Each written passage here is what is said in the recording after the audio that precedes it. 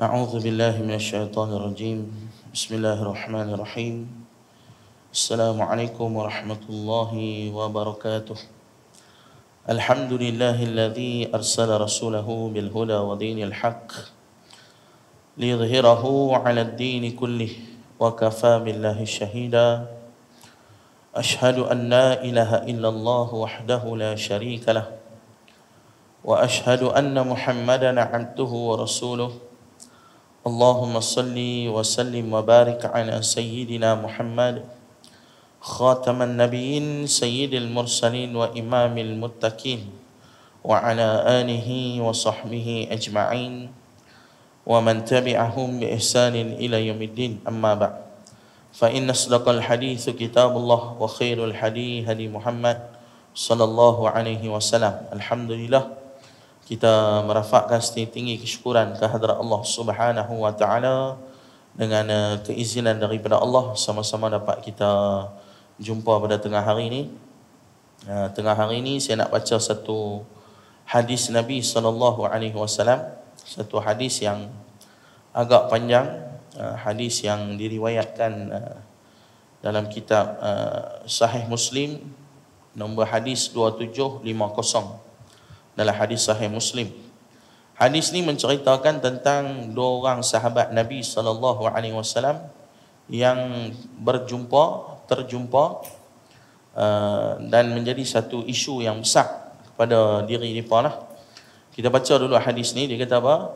An Hanzalah al-Usayyidi qala wa kana min kuttabi Rasulullah sallallahu alaihi wasallam qala laqiyani Abu Bakrin faqala kaifa anta ya Hanzalah qala qultu nafaqa Hanzalah qala subhanallahi ma taqulu qala qultu nakunu 'inda Rasulullah sallallahu alaihi wasallam yuzakkiruna bin nari wal jannah hatta ka'anna ra'yu 'ainin fa idza kharajna min 'indi Rasulullah sallallahu alaihi wasallam عفسنا الأزواج وأولادا وضيعتي فنسينا كثيرا قال أبو بكر فالله إنا لنلقى مثل هذا فانطلقت أنا وأبو بكر حتى دخلنا على رسول الله صلى الله عليه وسلم قلت نافق حنزلة يا رسول الله فقال رسول الله صلى الله عليه وسلم وما ذاك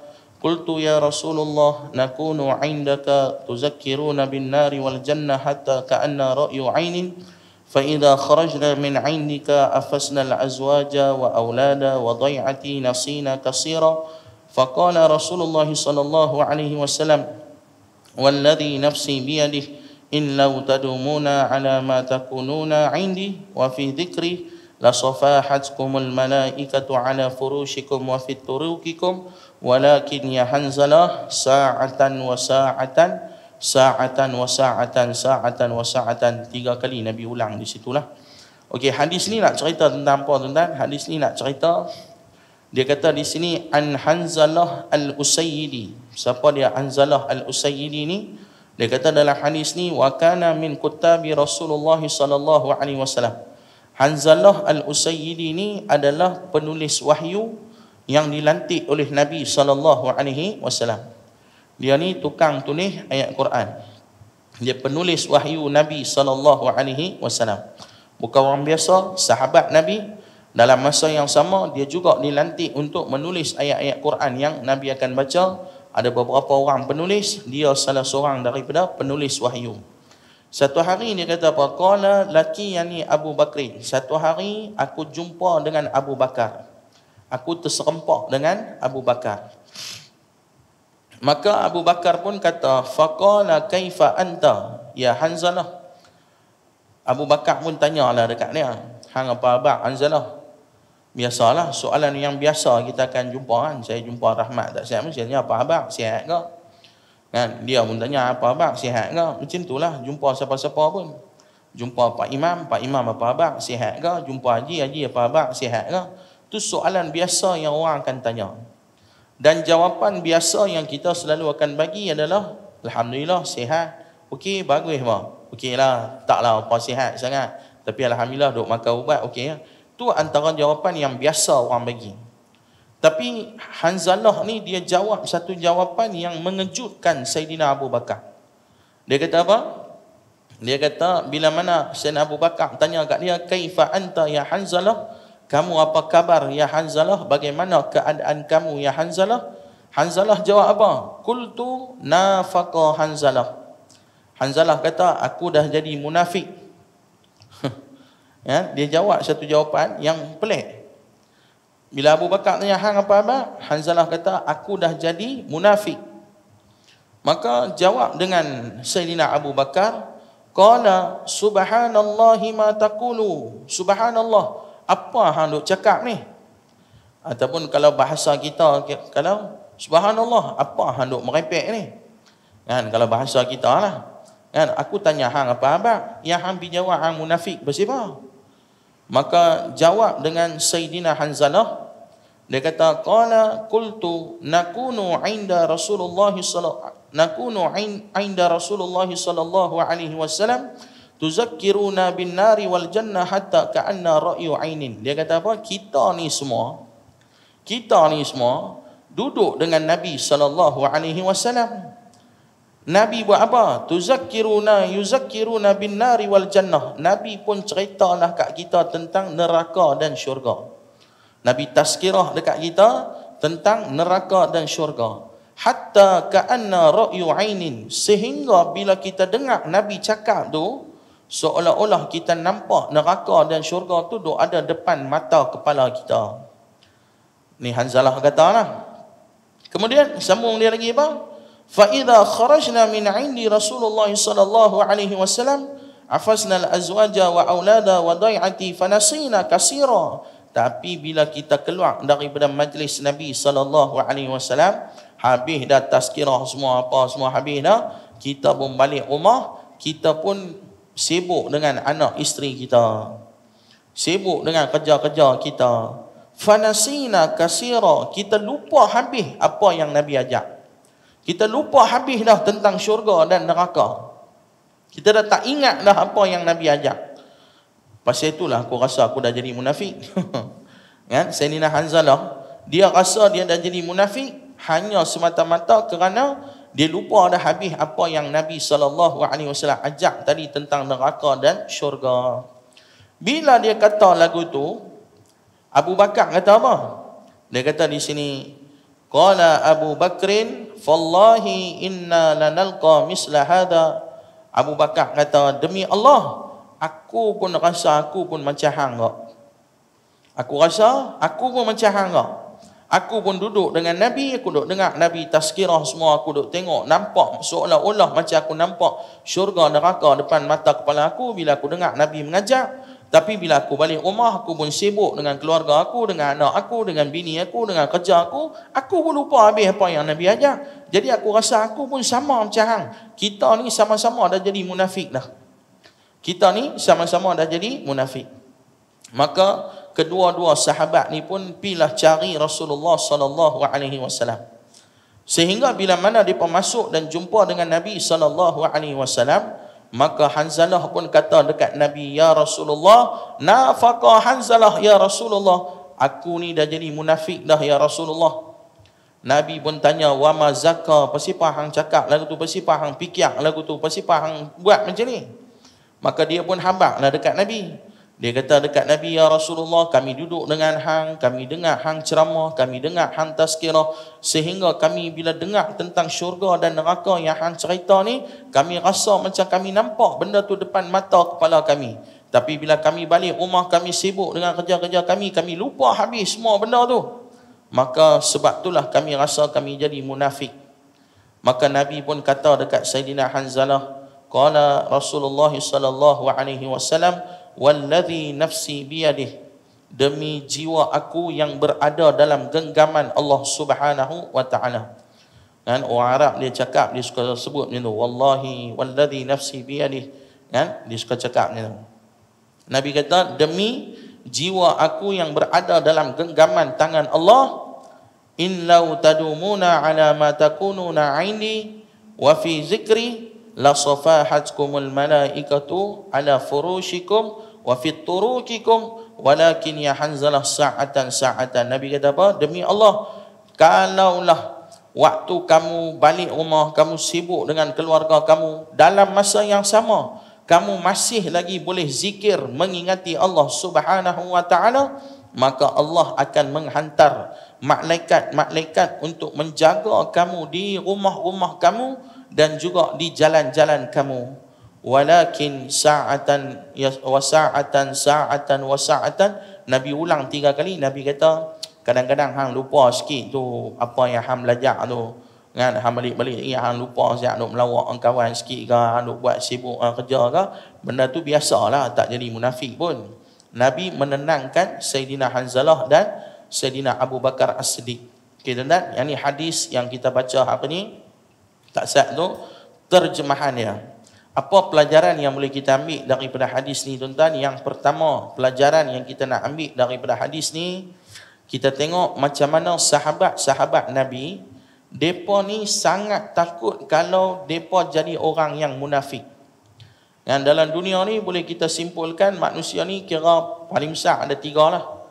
Yang pertama Muslim, yang kedua kafir, yang ketiga munafik kan? Munafik ni dia ni adalah orang yang pura-pura tunjuk macam dia tu Islam, tapi dalam hati dia tu dia tak suka dengan Islam. Tu munafik. Maka ulama dia kata munafik ni ada 2 jenis.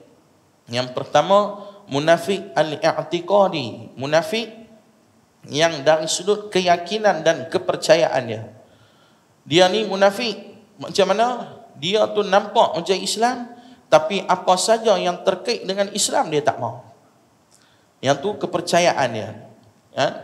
Kita semayang Jumaat hari Jumaat, dia suruh semayang Jumaat hari Ahad. Ada orang ni tu, kan? Dia kira tak percaya Jumaat ni bukan perintah Allah, dia kira nak suruh ikut kepala otak dia. Kan? Kita kata kena ikut hukum Islam, dia tak mau ikut hukum Islam. Dia duk bagi macam-macam alasan tak mau ikut hukum Islam. Tu semua munafik dari sudut kepercayaan. Ada munafik dari sudut amali, dari sudut amal perbuatannya. Munafik dari sudut amal perbuatan ni, kalau kita buka dalam hadis tu banyaklah sebut tanda-tanda dia tu. Kan? Kadang-kadang janji dengan orang tak tepati. Kan? Lepas tu cakap selalu bohong. Apa lagi Nabi abang? Yang 3, bila diberi amanah dia khianat dengan amanah dia tu. Yang tu cerita sat lagi tersebut. Tapi yang kita nak sebut yang ni, sahabat-sahabat Nabi ni antara golongan yang depa ni sangat-sangat takut kalau depa jadi munafik. Jadi sampai bila sahabat jumpa dengan sahabat, antara benda yang depa bincang adalah hang munafik ke, aku tak munafik ke. Yang tu menjadi topik perbincangan depa tuan-tuan. Kita ada tak pernah jumpa member sekali kan? Kita kata, aku rasa aku dah jadi munafik lah. Awak pasal tadi pagi subuh lupa baca kunut Contoh kan? Betul tak? Aku terlupa baca kunut tadi pagi subuh. Aduh, aku rasa aku jadi munafik tu. Kalau ingat kerja dunia sampai semayang pun tak fokus lah. Contoh ada tak pernah kita rasa lagu tu? Tak pernah pun kita rasa lagu tu kan. Tapi sahabat Nabi ni tuan-tuan tengok, bukan Hanzalah dengan Abu Bakar seorang yang tak. Ada seorang Sayyidina Umar. Sayyidina Umar bila mana dapat tahu Huzaifah Al-Yamani ni, dia ni Nabi habaq dekat dia, siapa dia orang munafik di zaman Nabi. Siapa dia orang munafik di zaman Nabi? Sayyidina Huzaifah Al-Yamani ni tahu. Bila Huzaifah Al-Yamani ni tahu dan Sayyidina Umar tahu kata Huzaifah Al-Yamani ni boleh kenal orang munafik, Sayyidina Umar lari mula-mula pergi cari Huzaifah Al-Yamani. Dia pergi cari Huzaifah, dia buat apa tuan-tuan? Dia tanya soalan apa? Kalau dapat jumpa Huzaifah, kita ditanya, ni siapa dia munafik tu, cerita mai kat aku pun nak tahu sama kau. Sayyidina Umar tak tanya soalan tu. Sayyidina Umar tanya soalan apa? Sayyidina Umar tanya, wahai Huzaifah, adakah nama aku termasuk dalam list orang-orang munafik? Takutnya Sayyidina Umar kalau nama dia tu termasuk dalam list munafik, padahal nama dia tu masuk dalam top ranking al-mubasyiruna fil jannah, 10 orang yang dijamin syurga. Kan? Nama dia top ranking 10 orang yang dijamin syurga, tapi dia takut kalau nama dia masuk dalam list orang-orang munafik. Itu sahabat Nabi. Ada seorang tabi'in, saya lupa dah nama dia apa. Tak sat ni duk ingat lupa. Kan? Tua dah tu tahu. Kan? Dalam pada duk ingat tak sat dalam kepala otak. Nama dia terlupa dah. Ada seorang tabi'in. Tabi'in ni siapa tuan-tuan? Sahabat Nabi, dia jumpa dengan Nabi, dia beriman dengan Nabi, dia hidup di zaman Nabi. Itu nama sahabat. Tabi'in, dia tak jumpa dengan Nabi, dia jumpa dengan sahabat Nabi. Kan? Itu nama tabi'in. Tabi'in ni, seorang tabi'in, dia kata apa? Seumur hidup aku sempat jumpa dengan 30 sahabat Nabi. Kata dengan tabi'in ni, seumur hidup aku sempat jumpa dengan 30 sahabat Nabi. Dan kesemua 30 sahabat Nabi yang aku jumpa, mereka sangat takut kalau mereka adalah orang munafik. Kan? Mereka sangat takut, mereka akan berjaga-jaga, mereka akan berhati-hati sebab mereka takut kalau mereka jadi orang yang munafik. Pasal apa tuan-tuan? Munafik ni satu neraka dia lagi dalam daripada neraka orang kafir. Kan? Jadi kita ni tuan-tuan, duk hidup ni sebagai orang Islam, kita kena usaha untuk diri kita ni tak jadi orang yang munafik. Ni sabit daripada hadis yang kita baca hari ni, kita kena usaha supaya diri kita ni tak jadi diri orang munafik. InsyaAllah nak jadi kapiak terus tak kot. InsyaAllah lah, moga-moga Allah Ta'ala pelihara kita. Kan? Nak pergi murtad terus ingat tak kot. Kan? Bolehlah duk pertahankan keimanan kita ni. Tapi nak bagi jadi munafik ni senang tuan-tuan. Boleh jadi munafik. Sebab tu kita kena jaga perwatakan kita. Kita kena jaga diri kita supaya kita tak jadi orang yang munafik. Seperti mana yang bimbangnya sahabat Nabi kalau mereka jadi orang yang munafik. Jadi munafik ni tak jadi dia macam mana? Selalu orang sebut 3 benda tu ialah. Dibagi amanah dia khianat, cakap bohong, janji tak tepati. Selalu orang sebut 3 tu, padahal banyak Kan? Ada 50 ciri-ciri dikarang oleh ulama dalam kitab, 50 tanda-tanda orang yang munafik. 50. Kan? Banyak. Antaranya orang yang tak suka sembahyang jemaah pun boleh jadi munafik ke? Antaranya orang yang dah duduk dalam masjid kemudian dia keluar dalam masjid pun boleh jadi munafik ke?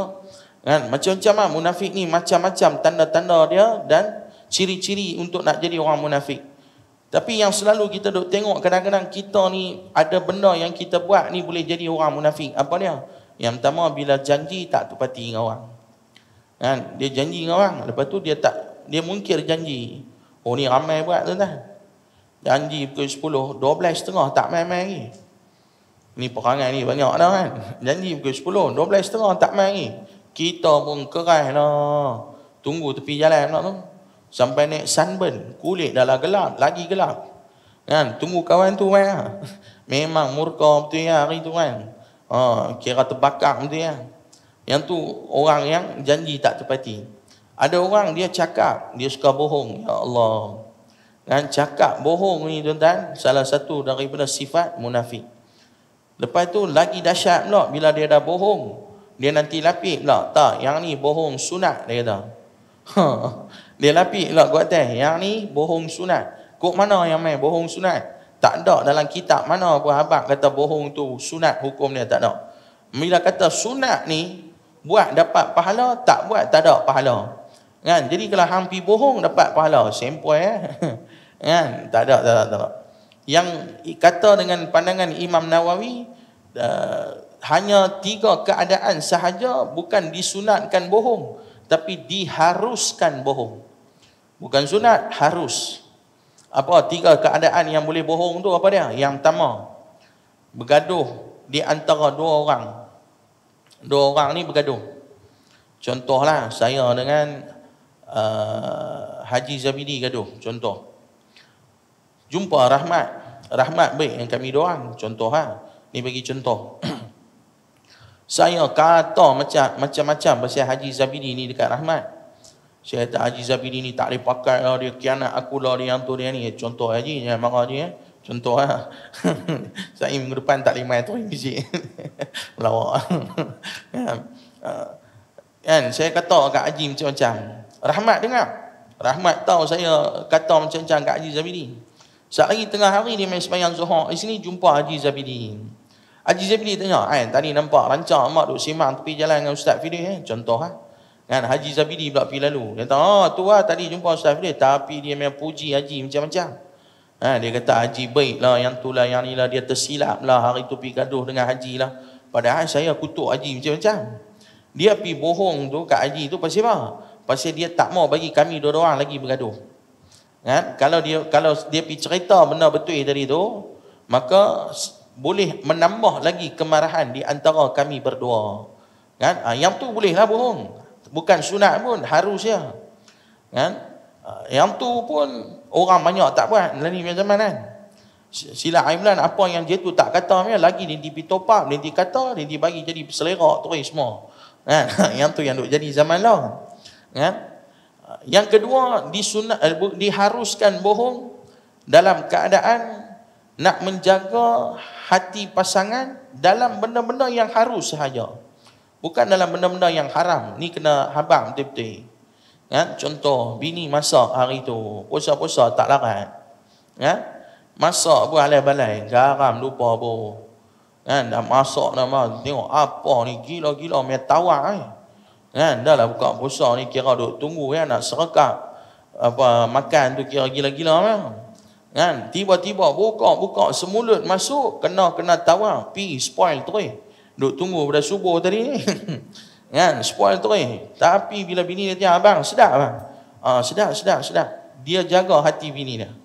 Tak ada masalah pun. Tak ada masalah, tak ada isu untuk nak kata sedap tak sedap. Tapi zaman dah ada orang dia tipu pasangan dia buat benda haram, dia tipu pasangan. Itu tak boleh Kan? Dia kata saya tipu pila kat laki saya, tadi saya keluar dengan ex-boy saya. Kan? Saya tipu Yang tu tak boleh, yang tu haram. Kan? Yang boleh tu hal-hal yang harus. Contoh lagi, suami tu dia tanya kat bini dia, menikah 40 tahun dah. Kan? Tanya bini dia, abang handsome nak? Kan? Kira bini dia nak abang handsome tu, dalam hati tu fikir muka macam ayam pari tu dah. Handsome pun tak. Betul tak? Dalam hati tu dia rasa lagu tu Kan? Tapi dia nak jaga hati suami dia tu, dia kata abang dengan Syarukan ni, Syarukan kena tinggal 10 tiang Kan? Contoh dia punya nak jaga hati tu. Tak, benda tu tak ada apa pun.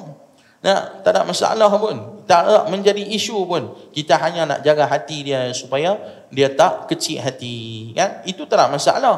Yang benda haram tak boleh. Kan? Dia pergi dating dengan jantan mana dia kata tak apa, itu ustaz kata boleh bohong. Dia pun kepala ustaz pula. Kan? Yang tu tak boleh. Kan? Sebab yang tu benda yang dia buat tu benda yang haram, maka haramlah dia menipu. Kan? Itu hukum yang kita kena faham. Yang ketiga, boleh tipu ni di mana? Yang ketiga, boleh tipu dalam peperangan. Kan? Kata dengan ulama. Kan? Boleh tipu dalam perang. Ni 3 keadaan saja boleh tipu. Kan? Tipu dalam peperangan. Tipu dalam peperangan ni memang kena tipu pun. Kalau pi perang duk jujur, mati awal Kan? Tak apa, saya jujur, saya ikhlas lillahi ta'ala, padahal kan? Memang dimampu cepat Jadi dalam peperangan kena ada muslihat, kena ada tipu daya supaya kita boleh mengalahkan musuh tu. Yang tu diharuskan bohong. Dalam keadaan lain tak boleh bohong tu Bohong ni adalah salah satu sifat yang boleh buat bagi kita jadi orang yang munafik. Bohong. Kan? Kita antara benda lagi yang saya nak sebut kat tuan-tuan, jangan bila kita ni bohong tuan-tuan, kita akan melahirkan zuriat keturunan yang juga akan membohong. Kan? Yang tu kena jaga. Kan? Sebab saya pernah baca satu kisah yang kisah betul cerita betul yang jadi di Amerika. Yang jadi di Amerika cerita ni, budak ni remaja, baru umur 15, 16 macam tu. Dia scammer. Kan? Dia tipu habis duit orang juta-juta. Kan? Dia bohong je tu, dia tipu je ni, dia tipu je tu, dia tipu je ni, dia tipu je tu. Dia duit masuk dalam akaun dia juta-juta. Kan? Jadi bila dapat track dia punya money trail dia tu, dia kena tangkap. Dia didakwa. Hari yang dia pergi ke mahkamah, bila dia dinaikkan ke mahkamah nak dakwa dia, semua keturunan dia pergi kan? Mak menakan dia pergi, mak dia pergi, bapak dia pergi, adik-beradik bapak dia pergi, adik-beradik mak dia pun pergi. Depa kira punya geram dekat dia. Kan? Depa marah dia, hang ni jahat sungguh. Umur baru 15, 16 tahun ni, hang duk pandai tipu orang, ambil curi, ambil duit orang juta-juta masuk dalam akaun. Depa pergi di mahkamah, depa dapat jumpa dia sat tuan-tuan. Semua duk kutuk dia gila-gila. Semua kata dia, hang ni gila lah, hang buat bagi malu muka kami lah. Tapi Mak Saleh tak cakap lah macam saya cakap ni. Dia cakap orang putih lah. Kan? Tapi saya duk terjemah siap-siap kat tuan-tuan kan. Dia kata, hang ni gila betul. Hang boleh buat perangai macam ni. Hang menyusahkan hidup kami. Bapak dia maki dia, mak dia maki dia, mak nakan dia, pergi tabur dia. Dia kata apa kat dia? Ni tuan-tuan tengok jawapan. Dia kata apa? Dia kata, mana saya nak tahu tipu orang dia kena tangkap. Dia kata lagu tu. Dia tahu kan cakap lagu tu. Dia kata kat bapak dia, alah bapak pun hari-hari duk tipu bos, pergi kerja lambat, baita tayar motor pamcat, padahal tidur tadi lena. Bapak tak kena tangkap pun. Nampak? Nah, bapak tak kena tangkap pun. Mak, kawan mak nak main rumah, telefon mak, mak kata mak duk ada luar, padahal mak ada rumah. Mak tak kena tangkap pun, mak duk tipu kawan mak. Dia kata kat aunty dia, hang hari tu aku nampak hang keluar dengan ex-boyfriend hang. Lepas tu hang balik, hang kata hang keluar dengan kawan perempuan. Hang tipu lelaki hang, tak kena tangkap pun. Pasal aku tipu orang, aku kena tangkap. Dia jadi tenggelam punca. Pasal hari-hari dia hidup dalam suasana orang duk penipu. Jadi kita takut tuan. Kalau kita ni kan jalan kaki duk tipu, kan takut ni anak kita pun dia belajar untuk menipu. Pasal dia tengok, bapak aku buat okey lah. Kan, mak aku buat okey lah, duk tipu bapak aku hari-hari tipu kan. Tak ada apa pun. Alright lah. Pasal aku tak boleh tipu, maka dia akan belajar untuk menipu. Dan akhirnya dia akan bawa satu kerosakan yang sangat besar dalam kehidupan. Dan itu antara sifat-sifat munafik. Jadi tuan-tuan yang dirahmati Allah, kita kena jaga diri kita supaya kita ni tak jadi orang yang munafik. Dan alhamdulillah, setahun sekali tuan-tuan, Allah Ta'ala hantar mai Ramadan dekat kita untuk apa? Nak didik diri kita supaya kita ni jadi orang yang jujur dengan diri kita sendiri. Kan, kalau ikut falsafah orang Jepun, kan, orang Jepun ni dia kata manusia ni ada 3 jenis muka. Satu muka yang dia duduk di depan orang ramai dalam dunia ni. Satu muka pula dia duduk di antara dia dengan keluarga dia dan orang-orang yang dekat dengan dia. Dan satu lagi muka waktu dia duduk seorang-seorang. Tu falsafah orang Jepun lah. Kata dengan orang Jepun ni, muka yang paling jujur tu bila dia duduk seorang-seorang, yang itulah diri dia yang sebenarnya. Kan? Tu falsafah orang Jepun. Bila dia duduk dengan keluarga dia lain sikit. Bila dia duduk depan orang ramai, lagi lain dia. Kan? Kita pun kadang-kadang ada perangai macam tu kak. Kan? Kita kadang-kadang jumpa member yang jauh-jauh ni perangai lain macam sikit. Dengan anak bini ni perangai lain macam. Bini kira tahu lah.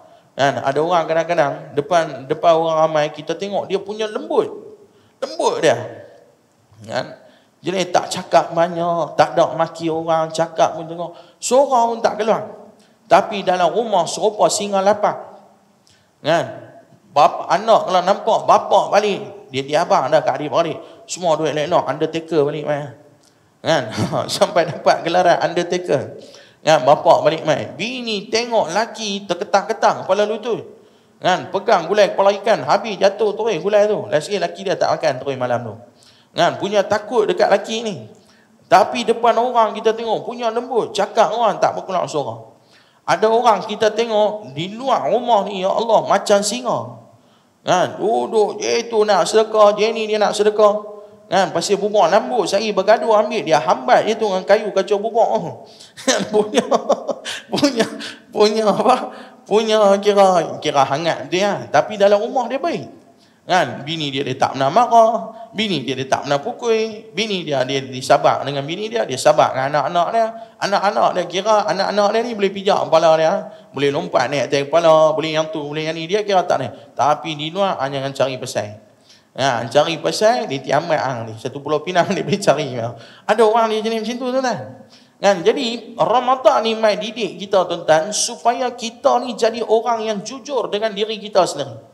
Sebab kalau kita ni bila duduk seorang-seorang, kita boleh mendidik diri kita untuk beribadah kepada Allah, untuk nak jaga keimanan kita kepada Allah, maka di depan orang pun kita akan jadi macam tu juga. Ya? Sebab tu bila main puasa ni tuan-tuan, puasa ni satu latihan yang pelik. Ya? Tuan-tuan, dalam dunia ni tuan-tuan tahu tak apa benda paling susah tuan-tuan? Tuan-tuan, agak-agak tuan-tuan ni saya buat. Ada soal jawab saya lepas tu. Oh ada Sebelum hampa nak tanya saya nak tanya hampa tu. Ya? Tuan-tuan tahu tak dalam dunia ni apa benda paling susah? Agak-agak tak tahu, tak apalah standard. Saya pergi mana, saya tanya, saya jawab. Kan? Tuan-tuan tahu tak, benda yang paling susah dalam dunia ni nak ubah diri kita sendiri. Betul tak betul? Kan? Benda tu paling susah. Nak ubah diri sendiri susah. Tanya orang kencing mana? Kan? Ni kencing mana dah teruk ni, ubat kena makan, insulin kena makan. Dia tengok air sarbat tak tahan. Betul tak betul? Kan? Tengok teh ais tak tahan. Tengok tu tak tahan. Doktor dah kata you tak boleh minum mana. Tapi dia tengok mai teh ais. Kan? 2 gelas dia boleh bagi. Dia tengok durian, dia tak boleh sabar dengan durian. Susah nak ubah perangai. Tanya kaki rokok. Doktor kata hang ni jantung dah ada 18 blok Tunggu masa nak padam ya. Kan? Dia kata tak apalah, sikit ya, tarik 1 seat ya. Lagu tu lah 1 seat tu sebatang rokok tu ni habis ni. Kan? Dia susah nak ubah tuan-tuan. Tak, bukan senang nak ubah. Tuan-tuan buat satu perubahan. Contoh. Ada yang main dengan orang perempuan kan? Ada yang main dengan isteri tuan-tuan. Sa'i balik suruh isteri pakai slipper tuan-tuan, tuan-tuan pakai slipper isteri. Senang ke susah? Senang ke susah? Tak susah. Tara nak balik tu, kan? Tara nak balik tu tak selesa dekat kita. Tu tukar kasut ya. Tukar kasut tu dah tak selesa dah. Kan? Apatah lagi nak tukar tabiat kita. Tapi Allah Ta'ala ni tuan-tuan, dia maha champion. Dia cipta kita, dia tahu macam mana nak ubah kita. Walaupun dalam Quran dia kata aku tak akan ubah nasib hampa sampai hampa kena ubah diri hampa sendiri. Kan? Tapi Allah program kita tuan-tuan, setahun dalam sebulan, dalam setahun tu adanya bulan Ramadan. Banyak tak aktiviti kita berubah dengan Ramadan ni tuan-tuan? Banyak. Selalu habis-habis kuliah maghrib sampai Isyak tu, habis-habis 9.30 tu, balik rumah, pergi duduk rehat-rehat, 10 lebih tengok TV ke apa ke, kadang-kadang 9 lebih, 12 tidur. Kan? Tiba-tiba main Ramadan, kita ubah dah tabiat kita. Tak dan sat lah. Semalam buat tabiat lain, hari ni malam dah main tabiat lain dah. Semalam balik 9.30, 10.30 lena lah. Main hari ni boleh tahan sampai 10.30. Pasal apa? Tarawih tak habis 23. Kena pula ustaz main tazkirah, dia tiba sampai 11.30. Dalam hati memang duk menyumpah Allah serti je ni Hang tiba setengah jam sudah Kan? Jangan duk tiba pergi sampai sejam. Tapi duduk tunggu kak. Sampai sejam tu pun tunggu kak. Habis-habis 11.30 baru nak balik. Lena tidur pukul 1 lebih. Kalau dulu tidur pukul 1.30, nak bangkit pukul 5.30 tu melelong. Kan? Melelong nak bangkit 5.30. Susah lah, ya Allah, tak larat lah. Semalam tidur lambat ustaz. Mai kuliah subuh pun mata bengkak. Kan? Tanya apa sebab semalam tidur 1.30 ustaz. Ni tak, bulan puasa tidur 1.30. 5.30 bangkit relax lah. Pasal apa? Dalam kepala otak dah setting lah. Kalau aku tak makan, esok tengah hari gastrik. Jahanam aku. Mau tak mau nak bangkit makan kau. Kan? Nampak? Bila dia bangkit tu, dia nampak ada tujuan. Dia boleh ubah tabiat diri dia. Dia boleh bangkit macam tak ada apa. Lepas tu dia boleh ubah diri dia. Luar Ramadan dia kalut dengan benda tu, kalut dengan benda ni. Mai bulan Ramadan ni. Yang lagi sempoi, mai bulan puasa. Mai tengah hari orang kaki rokok mah tak isap rokok. Relax ya. Kacau bubuk 3 tong. Ya, dulu mai lepas Zuhur, Tara nak tunggu Tok Bilal azan. Kan, Tok Bilal habis azan dia pelekat tu rokok. Tok Bilal belum komat dia pelekat rokok sebatang lagi. 2 batang dah tanya tu. Ni main dia 3 kaca, 3 bubuk ni dia duk kaca tu, dia tak cari pun rokok. Dia buka puasa sa'i macam hantu raya. Nanti lepas pro gila memang berasa asal keluar sana. Betul tak betul? Pasal apa dia buat macam tu? Pasal kepala otak dia duk setting ah. Tak boleh ni dah buka puasa kena cari rokok tu tuan-tuan, cukup bahaya untuk kesihatan. Cukup bahaya. Buka puasa tak tahu, saya baca, saya tak pandai bab doktor ni, baru ni saya pergi baca satu artikel. Dia kata kalau buka puasa isap rokok, dia boleh merosakkan paru-paru dengan lebih cepat. Kan? Jadi kalau dah tinggal pada subuh sampai maghrib tu, kalau boleh tinggal terus ya. Kan? Tu lagi bagus kan. Tapi pasal kita duk set kepala otak kita. Tadi kita set, aku kena sabar, aku kena puasa daripada subuh sampai maghrib. Pasal apa waktu tu tak main ketagih, tak rasa apa pun. Relax ya. Boleh duk tahan ya. Buka puasa nasi pun dia tak mau. Dia mau John D. Blend dulu. Kan? Dia mau yang tu dulu. Kan? Punya doa-doa kan? Ya Allah ya Rabbi. Kan? Jadi kita, Allah Ta'ala cipta kita Ramadan ni adalah satu bulan untuk kita nak train diri kita untuk ubah diri kita. Kan? Tuan-tuan duduk seorang-seorang, saat dah nak azan, dah lagi 10 minit tuan-tuan dah nak azan, tuan-tuan boleh jadi orang yang corrupted. Orang yang corrupted. Macam mana? Tuan-tuan, kumuk mulut. 3 kali nak kena kumuk mulut ni Syed. Sekali kumuk sikit telan. Jadi ni terlepas lah sikit engkung kering tu. Kali kedua telan sikit ni, kali ketiga telan sikit ni. Tang situ dah boleh curi dah ayam untuk nak telan ayam. Tapi tuan-tuan buat tak buat? Kalau tuan-tuan buat pun, tu imam yang duk ambil wuduk kat sebelah tu pun takkan tahu tuan-tuan buat. Betul ke tak betul? Tapi pasal apa waktu tu tuan-tuan jujur dengan diri tuan-tuan? Pasal apa? Tuan-tuan tahu kalau aku buat benda ni batal puasa. Nampak tak? Islam ajak tuan-tuan punya kira kita ni kira bersih betul ya. Kira bersih betul, sikit air pun tak curi minum. Waktu kita puasa ni. Itu bukankah nak mendidik kita supaya tak jadi orang yang munafik? Kan? Orang yang munafik ni depan orang dia tunjuk puasa, dalam pancong dia pergi telan setengah kolam ayam. Kan? Itu munafik. Kan? Betul tak? Orang munafik ni ada orang dia sembahyang, tak ada orang dia tak sembahyang. Orang munafik ni depan orang dia buat baik, seorang-seorang diri dia buat jahat. Tapi mainnya bulan puasa ni melatih kita sehingga kita duduk seorang-seorang. Kita boleh makan. Kita masuk dalam bilik office kita ni, kunci pintu, tutup ni mau buka tingkat-tingkat mau bagi keluar bau-bau nasi kandang mau kita makan. Siapa nak tahu? Tak nak siapa tahu. Kita balik rumah duduk dalam bilik kita seorang-seorang, kita tutup pintu, kita makan nasi. Siapa tahu? Siapa tak tahu?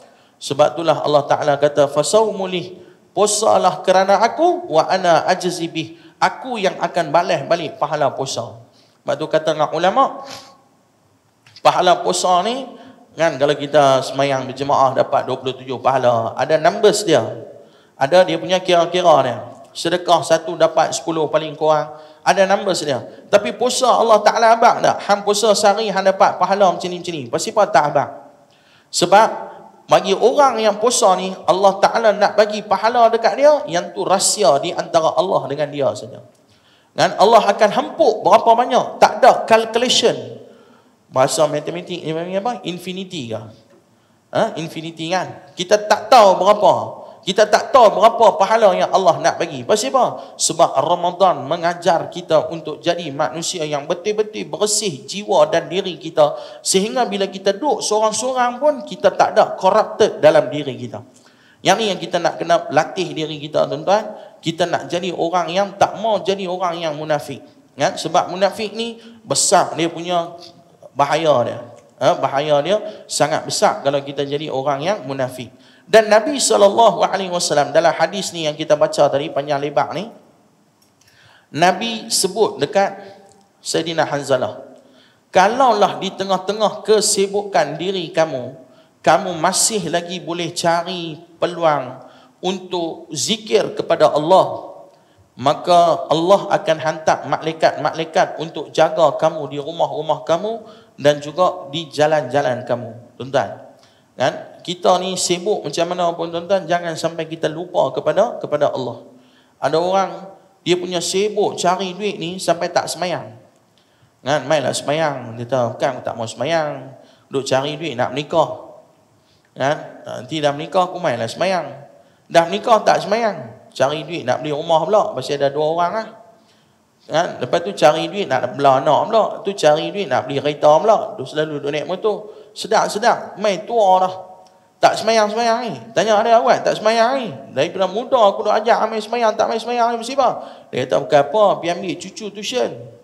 Kan? Sampai daripada belum kahwin kita dah ajak dia semayang, sampai dia tua pergi ambil cucu dia tuition pula. Kan? Sebab tu tak dan nak main tadi semayang.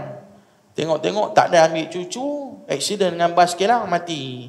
Kan? Tengok-tengok tak ada semayang.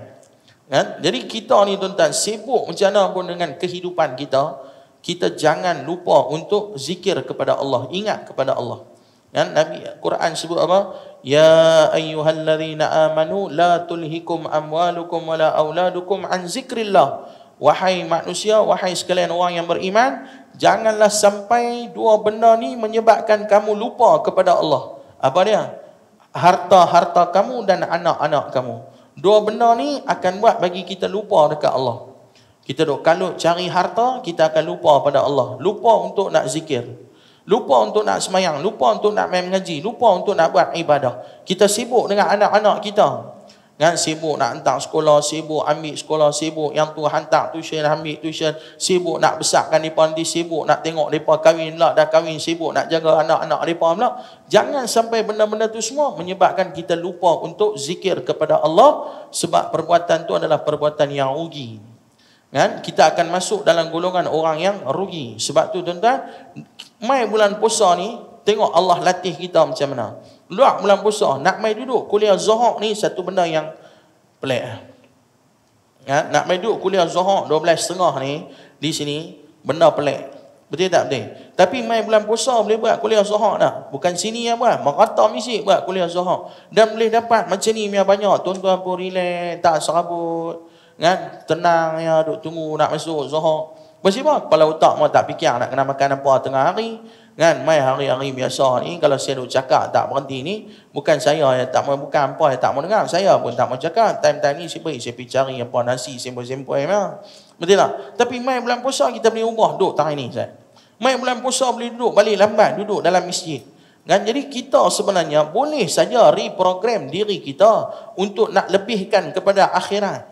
Tapi sayangnya bulan-bulan lain kita lebih banyak fokus pada dunia dan kita lupa pada akhirat. Jadi kita masuk Ramadan, baru kita lebih banyak bagi masa untuk akhirat. Boleh main duduk di masjid 30 hari, boleh main semayang, boleh main qiyamul lail. Saya dengar ada majlis qiyamul lail, kita pun kelang kabut lah, siap bini anak, bini kita mau main ramai-ramai, pagi pukul 4 main dah. Luar Ramadan cuba buat qiyamul lail tengok, pukul 4 pagi, boleh main? Tak ada main mah. Tinggal Tok Imam, Tok Bilal dengan Tok Siak. Tok Siak main pun mesti nak kena buka pintu mesti. Kalau tak dia pun tak main. Tapi bukan Tok Siak sini lah. Tok Siak tempat lain. Kan, Tok Siak sini baik-baik. Kan, ni Tok Siak cerita tempat lain ni. Kan, contoh lah. Kan, dia main. Benda hari pun main pagi tu, mesti dia nak kena ulong envelope kat ustaz mesti. Kan, kalau dia dapat nombor akaun ustaz awal-awal, dia pun dibelah, dia tak main lah. Ha, dia bagi macam alasan. Tuan-tuan, nampak tak? Tapi mai bulan puasa penuh dah masjid. Buat qiyamul lail 150 bungkus nasi tak cukup. Mai 400 orang terkejut pengungsi. Kan? Saya duk bajet ustaz 150 saya takut mai 40 orang. Tengok-tengok mai 400 orang. Kan? Mai 400 orang. Tu kita boleh ubah diri kita dalam bulan puasa. Kan? Kita boleh ubah banyak diri kita dalam bulan puasa. Allah Ta'ala cipta kita, kita senang ubah. Maka apa kebaikan yang kita dah ubah dalam bulan Ramadan ni tuan-tuan, maka teruskanlah sampai luar Ramadan. Kan? Sebab tu ada satu perumpamaan. Dia kata kita puasa ni, jangan sampai kita puasa macam ulat, tapi puasalah macam ulat bulu. Kan? Tuan-tuan kalau buat kajian lebih sikit, rupanya binatang-binatang pun puasa ke? Daripada puasa cara mereka lah. Kan? Tuan-tuan kalau kaji ikan dolphin puasa. Kan? Puasa ni maksud kata apa? Tahan lapar dan dahaga. Dan tidak melakukan perkara yang membatalkan puasa pada subuh dan maghrib, tu kat kita lah. Tapi kalau secara umumnya, kalau puasa ni kalau tak makan tak minum lah. Secara umumnya lah. Ulang puasa ke? Ulang dia akan puasa waktu bila tuan-tuan? Ulang ni dia akan puasa waktu dia nak salin kulit. Siapa yang dia ni dia tahulah, dia baca dia tahu lah. Waktu dia nak salin kulit tu dia tak makan, dia tak minum. Tujuan dia nak mengecutkan badan dia. Kalau dia makan, dia dikembang kan. Bila kembang, dia jadi ketat. Nak saling kulit, dia akan sakit. Jadi waktu tu dia takkan makan, takkan minum. Dia akan berpuasa dalam tempoh tu. Tujuan dia nak bagi kecut badan dia supaya kulit tu senang keluar, cepat mengelupas. Ulat bulu pun puasa tak? Ulat bulu dia puasa waktu dia duduk dalam kepompong. Kan? Waktu tu dia tak makan, tak minum. Tapi beza apa ulat bulu puasa dengan apa ulat puasa? Ulat tadi dia puasa, sebelum dia puasa pun dia nama ulat, lepas dia puasa pun dia nama ulat. Betul tak betul? Yang salin tu hanya kulit dia. Sebelum puasa dia menjalak, lepas puasa pun dia menjalak serupa tu ke? Sebelum puasa kalau dia telan orang mi ayam, lepas puasa pun dia telan orang mi ayam lagu tu ke? Betul tak betul? Sebelum puasa dia dijumpa kita, dia dipatuk kita, lepas puasa pun dia jumpa kita, dia dipatuk kita. Betul tak betul? Ulat bulu waktu dia duduk dalam kepompong tu dia puasa. Sebelum puasa nama dia ulat bulu, lepas dia puasa nama dia rama-rama. Betul tak betul? Betul ke tak betul? Betul ya. Hampa puasa main nak anggur tak larat. Kan? Kan? Ulat bulu sebelum dia puasa, dia melengkak di bawah, melengkak kat parit. Lepas dia puasa, dia terbang di awang-awangan. Kan? Pasal ramai-ramai terbang. Ulat bulu sebelum dia puasa, dia kalau duduk atas daun tu, dia makan daun tu, dia akan merosakkan pokok tu. Tapi ulat bulu tu lepas dia puasa, dia jadi ramai-ramai. Bila dia pergi duduk dekat satu-satu bunga, dia akan membantu pendebungaan. Dia tak? Ulat bulu tu, kalau tadi sebelum dia puasa, kalau kena kat badan kita, kita tak suka nanti gatal-gatal. Betul tak betul? Tapi bila lepas dia puasa, orang bukan takat suka dia main kat kita, tapi kita pergi cari dia di taman ramai-ramai, sanggup bayar 10-15 ringgit, masuk taman ramai-ramai, punya seronok nak tengok dia. Betul tak betul? Betul tak betul? Kan? Jadi kita kalau puasa tuan-tuan, jangan puasa sekadar puasanya ulang. Kan? Sebelum puasa pun duk lagu tu, lepas puasa pun duk lagu tu. Kan? Jadi biarlah puasa kita ni jadi puasa seperti mana puasanya si ulat bulu, yang sebelum kita puasa, kita ada perangai-perangai yang tak elok, tabiat-tabiat yang tak elok, tapi lepas daripada kita puasa nanti, habisnya puasa nanti kita tu, kita jadi orang yang mempunyai tabiat-tabiat yang lebih elok dalam diri kita. Biar jadi puasa tu macam si ulat bulu tadi tu. Kan? Jadi saya rasa hadis yang kita baca pada hari ini moga-moga memberi manfaat pada diri kita. Mudah-mudahan Allah jauhkan kita daripada sifat-sifat munafik, dan mudah-mudahan Allah jadikan Ramadan tahun ni sebagai satu bulan yang kita boleh latih diri kita supaya kita ni jadi orang yang betul-betul beriman, bukan orang yang ada sifat-sifat munafik dalam diri kita. Tengok macam sahabat, mereka sangat takut kalau mereka jadi munafik. Begitulah sepatutnya kita ada sifat ketakutan dalam diri kita supaya kita tak jadi orang yang munafik, dan mudah-mudahan Allah jadikan kita sebagai manusia yang cemerlang dengan Ramadan kita nanti, insya-Allah. Yang baik daripada Allah, kelemahan kekurangan berpunca dari diri saya, mohon ampun dan maaf. InsyaAllah kita jumpa dalam sesi yang kedua. Wallahu ta'ala a'lam. Aqulu qawli hadha wa astaghfirullahal azim. Assalamualaikum warahmatullahi wabarakatuh.